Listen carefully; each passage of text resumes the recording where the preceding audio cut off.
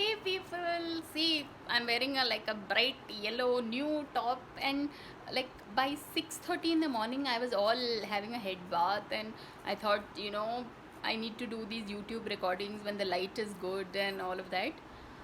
And it is now going to be like it's 8:40 in the morning, and it's been 2 hours.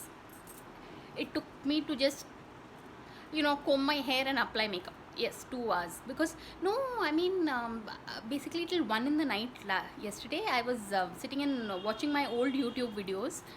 And so it kind of made me realize that anything done with some level of preparation is good. So anyway, so much gyan.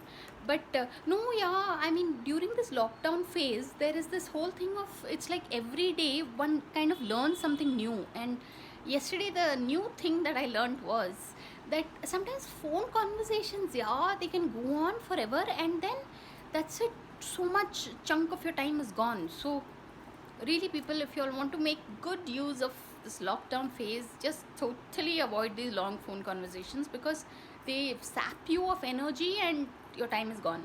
Now, before too much of this video is also wasted, I'll catch you in my next video.